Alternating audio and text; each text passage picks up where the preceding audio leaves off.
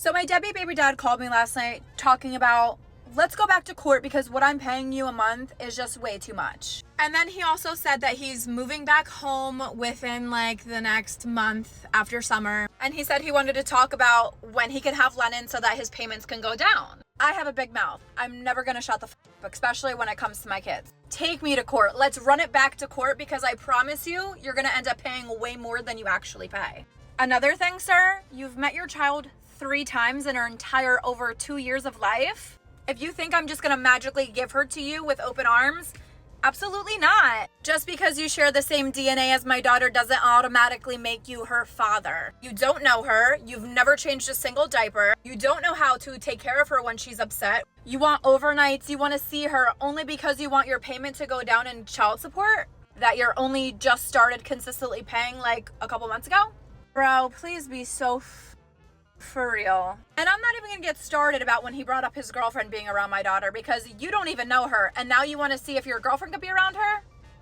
These deadbeats just amaze me more and more every single day. It's like you guys can literally buy tables at clubs, buy bottles at clubs, and go out every single weekend and have the best fit that you could possibly wear, right? But you're mad that you're actually sending money to your baby's mother, who is taking care of your child consistently every single day without even bothering you, without even hitting your line. You got me so f***ed up, but let's go back to court. Let's run it back. You're gonna pay your dues. You owe me over $20,000 in back support. So if you want to spin the block and go back, I'm ready. I'm driving there. I'm in my car already. I will never keep my child from her father if he is consistent, and he's been anything but consistent her entire life. So for the people and the friggin' weirdo men on here that are gonna come in my comments and be like, you chose him, you're a single mom. Does somebody need to give you the birds and the bees conversation and tell you how intimacy works? Because he chose me too, baby. And I will forever regret having a child with him, even though I love my baby girl so much. I'm upset at myself that I gave her such a shitty man as a father.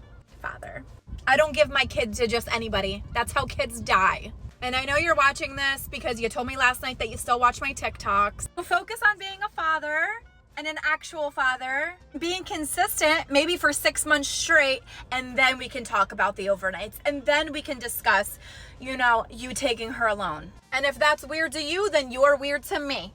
Other than that, get the f*** out of here. So the classic run it back to court moment. It's wild how he thinks that 3 visits in 2 years qualifies him for overnight parenting just to knock down his payments. A good parent earns that time, and she's drawing a clear line. Consistency is key. And that part about the commenters, perfect. She's putting this whole situation out there as a reminder that if you choose to co-parent, you also choose to actually shell up for your child, not just when it's convenient. Okay, today we're talking about all the offensive things I've said to people going to a Mormon school as someone that's not Mormon. The first one, I was at the park. This was my very first semester up here. I'm at the park and I'm like meeting a bunch of new people and I meet this guy and his name is Brigham. I didn't know Brigham was a prophet that the school was named after, okay? So he tells me his name is Brigham and I look at him like he's stupid and I was like, Brigham, like the school, like you were named after the college? These people around me are like, no, Brigham, like the prophet? And I was like, the prophet? Not even, like, I didn't even know what a prophet was at this point. Yeah, I'm sure that was like mildly offensive and like me to say. Number 2 is me and my sister met these British guys actually, and they said something about like how cool it was to think that like Jesus was in America. And I look at him like he was stupid. I was like, Jesus has never come to America. Little did I know the entire Book of Mormon is about Jesus being in America. And they just thought it was like crazy that I had never heard of that, which is kind of crazy considering I go to BYU and I didn't know what the Book of Mormon was or the Pearl of Great Price or the Doctrines and Covenants.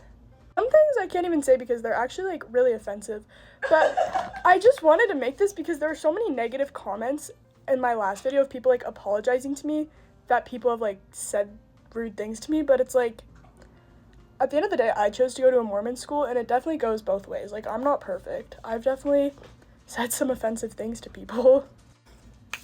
I don't think so. Oh, on the train of rude things people have said to me, one time this guy was walking me home from class and he just randomly like, because obviously there's not a lot of divorce in Mormon culture. I'm sure there's more now. But I, like, told him my parents were divorced, like, a week leading up to this, and he's walking me home, and he's like, so how do you think your parents' divorce, like, affected you? And I was like, that's a crazy question to ask, and also I was like, I was 6 when it happened. Like, I don't really think it affected me. I feel like nobody would ever ask me that at home because most people's parents are divorced. But here it was just, like, crazy. Oh! Another crazy thing I said to someone was, it was actually my roommate at the time, and we had a good talk about it afterwards, but she was just basically talking to me about, like, how she had a spiritual experience visiting, like, a historical church site. It was the Garden of Eden. I can't remember where it is. It was, like, it's supposed to be in Missouri or something, but basically, prior to me knowing that, like, I shouldn't quote, the spiritual experience, I basically said something about how that's another reason I don't believe in the church is because I don't think the Garden of Eden is in Missouri. And then she, like, had to talk to me afterwards, and she was like, honestly, I have a really strong testimony of, like, feeling the spirit there, and, like, she was basically just, like, be careful saying those things, because, like, people have strong testimonies of it. I don't know, like, we had a good conversation about it, but I was just like, I don't think that's where the Garden of Eden is, and she was like, well, I have a testimony of it, and, yeah, she's on her mission now. I love her. She was, like, such a good roommate, but it's, like, people within this church have very emotional testimonies.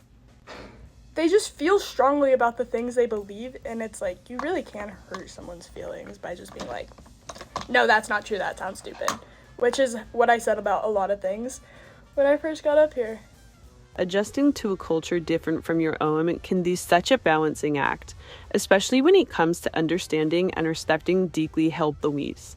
She is realizing the importance of a little extra sensitivity with topics like religion and upbringing.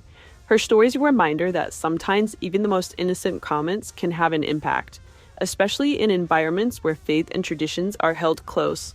It's all about growth and learning, plus a bit of patience on both sides. I babysit for this really famous influencer couple, or at least I did, and last night I accidentally made the mom cry, and I kind of thought that would be that, but then she came online today and made like a 4-part series about the situation, making me look genuinely horrible. So this is my not an apology video, because honestly, when you hear the truth, you're gonna say I don't have anything to apologize for. Every time I've gone to their house, and I've been at least 10 times, they've said, help yourself to anything in the kitchen. So usually I don't eat that much because she's kind of like an almond mom and all she has is like organic fruit leather. But this time I saw this like phenomenal cake in the freezer and I was like, yes. So I defrosted it. I ate basically the whole thing and I didn't feel that bad about it because I was like, they don't even like this sort of thing. Like, at least it won't go to waste. Anyway, the mom comes home. You guys, the shriek she struck. Genuinely was out of pocket. But it turns out that was like the final tier of their wedding cake and they were planning to eat it on their first anniversary. I guess as like this family tradition / like content opportunity. And like, I feel bad that I ate it. But at the same time, this was a grown woman shedding tears over a cake. And then things got even crazier. This morning, I woke up to a $9,000 invoice for said cake, and she was like, oh, I'm cutting you a break. The actual cake was $17,000, but I didn't charge you for the whole thing since it was only one tier. Girl, you pay me $20 an hour. You're not getting $9,000 for a half-rotted cake. I'm sorry, it's just not realistic. And then the other thing that kind of pissed me off, she totally lied about how her husband reacted to the situation. In her video, she was like, he said, get out of our house, like, you'll never set foot in this house again. That's not what happened. What actually happened is she went upstairs in like a fit of rage, and then he consoled me and he was like, you shouldn't drive home until you're calmer, and we played college football 25 until 4 a.m, and we actually bonded a lot. So maybe next time, don't lie on his name, and definitely don't lie on mine. All right, the sheer chaos here. She really thought she was just grabbing a harmless treat, and then boom, wedding cake to a disaster. And that invoice? $9,000 for a defrosted slice is next level drama, but the kicker is the husband chilling with her till 4 a.m. It's like she got fired and bonded with the boss all in one go. This whole thing is what happens when influencer life meets just trying to babysit.